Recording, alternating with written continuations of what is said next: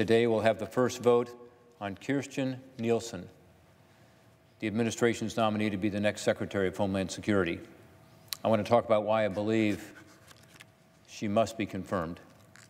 I've had the privilege of introducing Kirstjen Nielsen during her nomination hearing at the Senate Homeland Security and Governmental Affairs Committee. She received in that committee broad bipartisan support, and I hope the Senate can now come together in a bipartisan fashion to confirm her as Secretary, so she can get on with her critical work of leading the Department of Homeland Security. I'm delighted we're having the cloture vote today. I wish it had been a few weeks ago, and I'm looking forward to a vote to confirm her later this week. And I would encourage my colleagues on both sides of the aisle to look carefully at this nomination, because we need her there, and it would be great if we had a strong bipartisan vote to send her there. I think she is ready to hit the ground running on day one. I say this because she knows the department. She knows what the challenges are, and she knows how to address them. She will be the first Department of Homeland Security nominee ever to have had any previous experience at the Department of Homeland Security. She was a policy director for the Transportation Security Administration during the George W. Bush administration, that's TSA.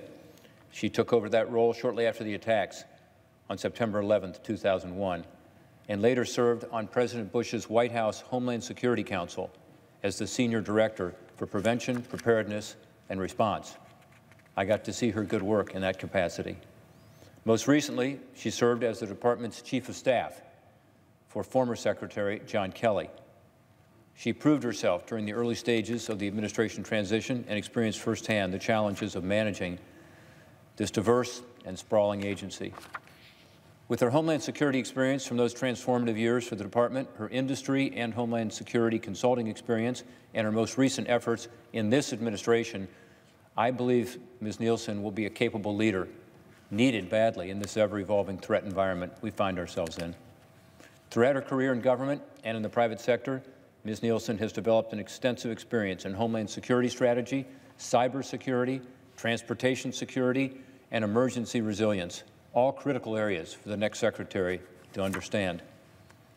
As we have seen countless times from terror attacks, cyber attacks, and natural disasters, tragedies persist despite our preparation, and we need to remain resilient and responsive to overcome new challenges and combat these evolving threats. I believe she gets that. She understands it. I believe she's well qualified to lead the Department of Homeland Security as a result.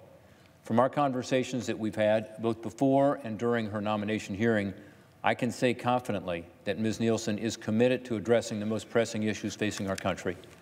And she's signaled that she has a full commitment to working with the United States Congress on both sides of the aisle to get this done. There are so many issues this department faces. For a moment, I'd like to talk about one of those issues that is critically important to me and really to every member in this body that she has made a commitment to addressing and will be able, I think, to make a big difference. This is the scourge of deadly synthetic forms of heroin that are being shipped into our communities. Synthetic heroin, usually fentanyl, sometimes carfentanil, is one of the great new threats that we face in our communities. It's an example of one of the emerging threats that the Department of Homeland Security and its agency, the Customs and Border Protection, must address. Fentanyl is up to 50 times more powerful than heroin. Carfentanil is even stronger than that. And these drugs are increasingly taking people's lives in my home state of Ohio and around the country. Fentanyl is so deadly that as little as 3 milligrams can be lethal to an adult male. By initial estimates of 2016 statistics, fentanyl deaths in America have increased by 540% in the past 3 years. In 2016 alone, more than 20,000 Americans died from fentanyl overdoses. Tragically, my home state of Ohio is at the center of this national epidemic. In 2015, fentanyl was involved in slightly more than 38% of the state's overdose deaths. Last year, that number increased to more than 58%. 58% of our drug overdose deaths in Ohio last year involved fentanyl. In the first 2 months of this year, 2017, fentanyl was involved in approximately 90% of drug overdoses. So this is an emerging threat to all of our communities. Fentanyl is a threat to every state represented in this chamber and every community. While overdose victims are most often the drug users themselves, it's also become a great threat to law enforcement and to children who have been inadvertently exposed, tragically exposed to this substance. An example would be Chris Green. He's a police officer in East Liverpool, Ohio. He was exposed to fentanyl while performing a car search, a routine car search, he thought, earlier this year. He pulled a couple of guys over. When he pulled them over, he noticed a white substance, powdery substance in the car.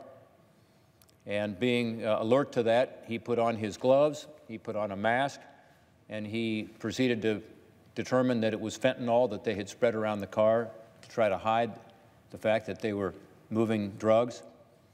When he got back to the police station after the search to book these individuals, Officer Green noticed that there was something on his shirt, and he did what any of us would do. He reached down to brush it off of his shirt. Unfortunately, it was fentanyl, and the fentanyl became exposed to his fingers. Just that small amount absorbing through his skin caused him to have an overdose. This is a big guy, 6'2", 220 pounds, great shape, and he fell to the ground unconscious. Luckily, he was able to get immediate medical assistance at the police station, but it took 4 doses of Narcan to revive Officer Green.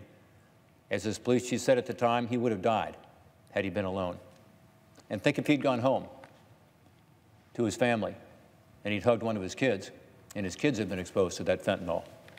So this is a great danger, obviously, to our communities generally, to individuals, but also to our first responders who are, unfortunately, finding out that these dangerous poisons are more and more of a danger.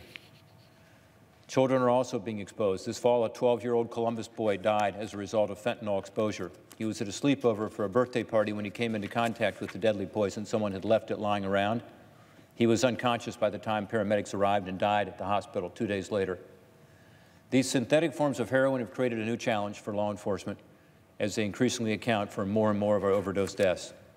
Combating this threat requires solutions from across the federal government, with local, state, and private sector initiatives. We talked earlier about an organization in Ohio that's dealing with this threat that's coming into our communities, and the private sector and nonprofits have a huge role to play.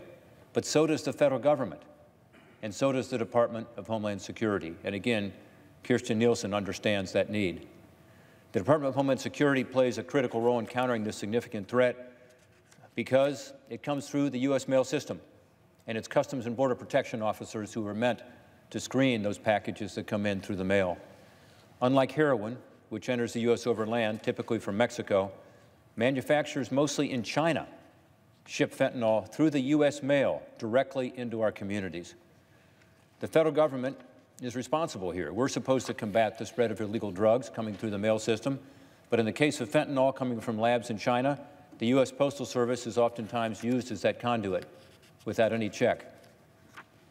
Drugs should not be as easy to send as a postcard, and the U.S. Mail Service should not be able to be exploited as a drug trafficking service. This is why we've introduced here in the Congress legislation called the STOP Act. It's bipartisan, it's sensible. If enacted, it would give Customs and Border Protection officers, along with their law enforcement partners, the tools they need to identify suspicious packages by requiring the U.S. Postal Service to provide advanced electronic data on all of the packages and mail entering the United States. Already, this information as to what's in the package, where it's from, where it's going, the name of the sender, is required if you send it through one of the private carrier systems, UPS, FedEx, DHL, and others. Unfortunately, the Postal Service is not required to do that. And as a result, traffickers do what you would think they would do. They choose our U.S. Postal Service to send this poison into our communities, to a post office box, maybe to an abandoned warehouse address. This fentanyl is then being spread throughout our communities. We need to hold the Postal Service to that same standard. At a recent Senate hearing on this issue, Acting Customs and Border Protection Commissioner Kevin McKeelan voiced his support for reforms like those in the STOP Act and said advanced electronic data would enhance their detection and prevention efforts. I've seen this firsthand as I've visited the sites in Ohio where Customs and Border Protection is asked to screen these packages. When they're with these private carriers, they can find packages, take them offline, and carefully, because it requires a lot of care given the poisonous nature of these packages, deal with it. President Trump's Opioid Commission recently issued its recommendations. They endorsed the STOP Act and called for it to be enacted and implemented in the Commission's final report just a month ago. At her confirmation hearing last month, Ms. Nielsen voiced her support for the STOP Act. I was pleased to have her commitment to getting this bill into law and implement it by CPB, the Customs and Border Protection, so we can keep more of these deadly poisons off our streets.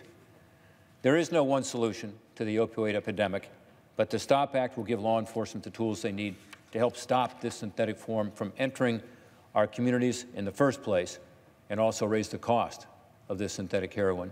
The end result will be saving countless lives. Back to Ms. Nielsen. Again, she is eminently qualified for this post and able to address so many of the tough issues we face as a country, the evolving threats like the fentanyl issue, the terrorism issues we've talked about today. We need her at the Department of Homeland Security. We need her now. She's the leader we need for this critical and sprawling department at a time when our Homeland Security posture has never been more critical, more important. I hope my colleagues will come together on a bipartisan basis and vote Ms. Nielsen out this week as the next Secretary of the Department of Homeland Security.